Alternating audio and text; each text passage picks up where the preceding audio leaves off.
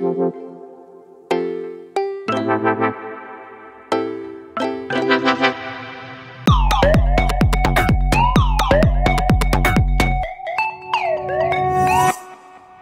সেরা থেকে আমি সেরা বলছি।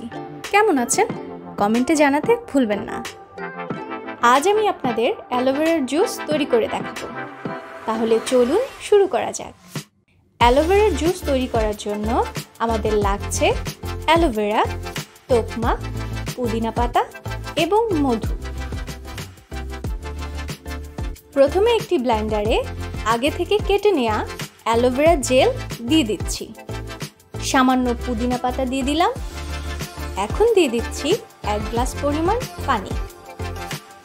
এখন আমরা ব্লেন্ড করে নিচ্ছি।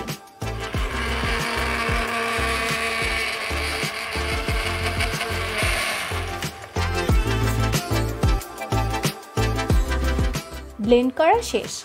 এখন আমরা পরিবেশনের জন্য একটা গ্লাসে ঢেলে নিব। গ্লাসে ঢেলে নিয়েছি। এখন দিয়ে দিচ্ছি 2 চামচ মধু।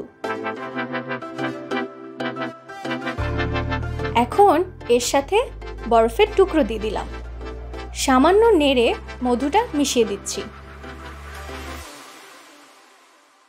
দিয়ে দিলাম সামান্য তোকমা। তৈরি হয়ে গেল আমাদের অ্যালোভেরা জুস।